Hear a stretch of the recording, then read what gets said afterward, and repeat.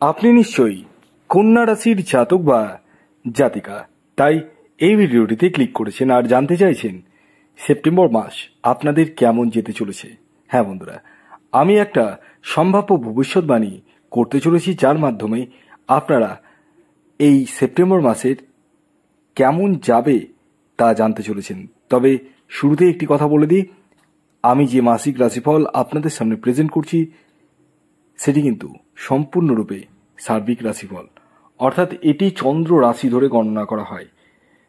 তাই আপনি যদি আপনার বিষয়ে সঠিকভাবে এক্স্যাক্ট জানতে চান তাহলে আপনাদেরকে স্ক্রিনে দেওয়া হোয়াটসঅ্যাপ নাম্বারে যোগাযোগ করতে হবে এবং এই নাম্বারে কল না করে ডাইরেক্ট হোয়াটসঅ্যাপে মেসেজ করতে হবে, কুইকলি রেসপন্স পেয়ে যাবেন। আসুন জেনে নেওয়া যাক কন্যা রাশির জাতক ও জাতিকার সেপ্টেম্বর মাসে স্বাস্থ্য, শিক্ষা, দাম্পত্য জীবন, প্রেম জীবন, অর্থনৈতিক স্থিতি কেমন যেতে চলেছে তারই আগাম পূর্বাভাস। ভিডিও শুরু করার আগে শেষবারের মতো আপনাদের কাছে রিকোয়েস্ট, যারা চ্যানেলে নতুন রয়েছেন তারা অবশ্যই চ্যানেলটিকে সাবস্ক্রাইব করে রাখুন এবং পাশের বেল আইকনটিকে প্রেস করে রাখুন, যাতে আপনারা প্রত্যেক ভিডিওর নোটিফিকেশন পেতে পারেন। আসুন আর দেরি না করে জেনে নেওয়া যাক সেপ্টেম্বর মাস কন্যা রাশির জাতক ও জাতিকার কেমন যেতে চলেছে। আমি একদম গ্রহের গোচর ধরে ধরে বলবো, যাতে আপনাদের বুঝতে সুবিধা হয়, না নেগেটিভ না পজিটিভ, এক্স্যাক্ট যেটাই ঘটবে সেই রকমই কিন্তু আমি বলবো। তাই আমি যে কথাগুলো বলবো সেই কথাগুলো অনেকাংশে কিন্তু আপনাদের মিলতে বাধ্য, এতগুলো বলতে পারি। তাই ভিডিওটি একদম ধৈর্য ধরে শেষ পর্যন্ত শুনুন।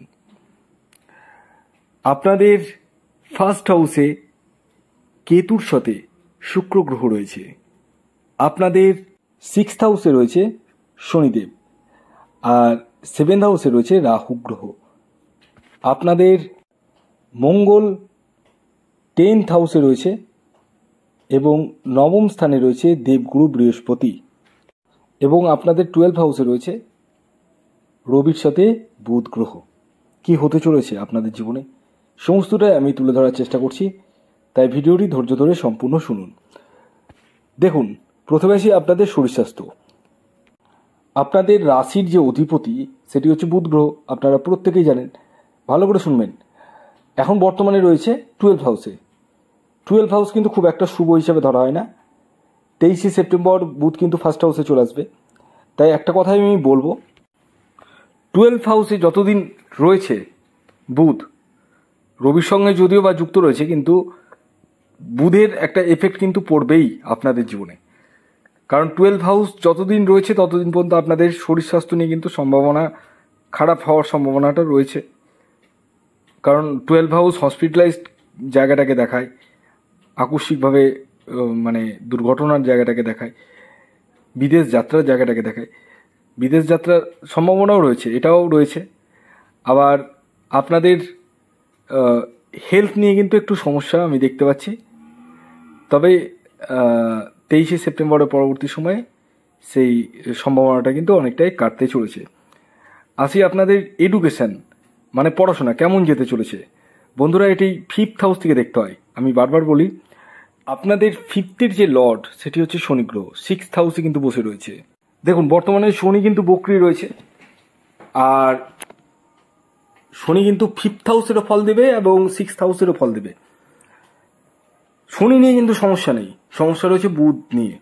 কারণ আপনাদের রাশিরই অধিপতি গ্রহ কিন্তু 12th হাউসে বসে রয়েছে। এই যে 12th হাউসে যতদিন থাকবে, এডুকেশনের জায়গাটা নিয়ে কিন্তু একটু কোশ্চেন মার্ক রয়েছে, মানে পড়াশোনার জায়গাটা নিয়ে একটু খারাপ হওয়ার সম্ভাবনা দেখতে পাচ্ছি। তবে 23শে সেপ্টেম্বরের পরে সেই জায়গাটা কিন্তু যথেষ্টই পরিমাণে শুভ হতে চলেছে। বিদেশে পড়ার সুযোগ হতে চলেছে, স্কলারশিপ পাওয়ার সুযোগ হয়ে উঠতে চলেছে, সেই জায়গাটা কিন্তু দেখতে পাওয়া যাচ্ছে। আসি আপনাদের প্রেম জীবন। বন্ধুরা, এটিও কিন্তু 5th হাউস থেকেই দেখতে হয়। আমি যেমনটা আগে বললাম, 5th-এর লর্ড হচ্ছে শনি, যে 6th হাউসে বসে রয়েছে, তাই 5th-এরও ফল দেবে এবং 6th-এরও ফল দেবে।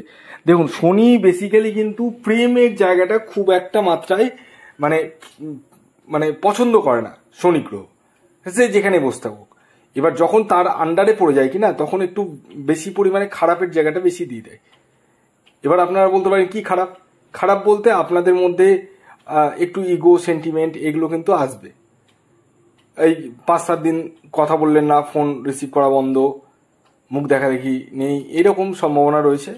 তবে হ্যাঁ, একটা কথা বলি, 23শে সেপ্টেম্বরের পরবর্তী সময়ে আপনাদের জীবনে কিন্তু প্রেমের জায়গাটা যথেষ্ট পরিমাণে শুভ হতে চলেছে।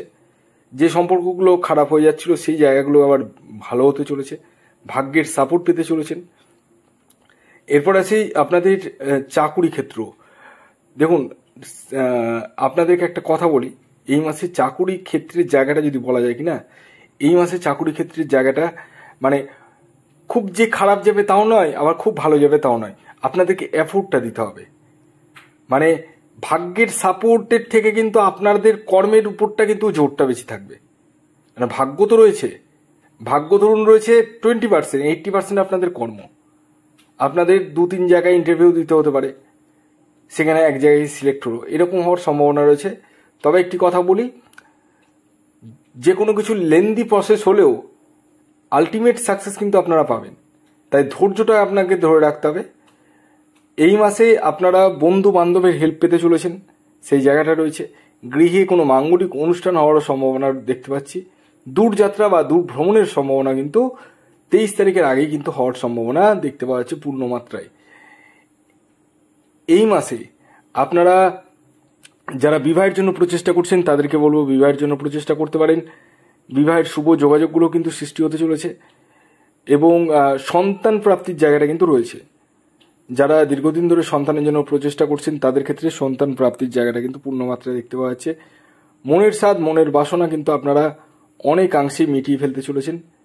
এছাড়াও এই মাসে আপনাদের আকস্মিকভাবে কোনো সূত্র থেকে অর্থ বা সম্পত্তি লাভের সম্ভাবনাও কিন্তু দেখতে পাওয়া যাচ্ছে। তো এই ছিল আজকের ভিডিও। যদি ভিডিওটি ভালো লাগে অবশ্যই লাইক করে দিন, শেয়ার করে দিন, সাবস্ক্রাইব না করে থাকলে সাবস্ক্রাইব করে পাশের বেল আইকনটিকে প্রেস করে দিন। ধন্যবাদ।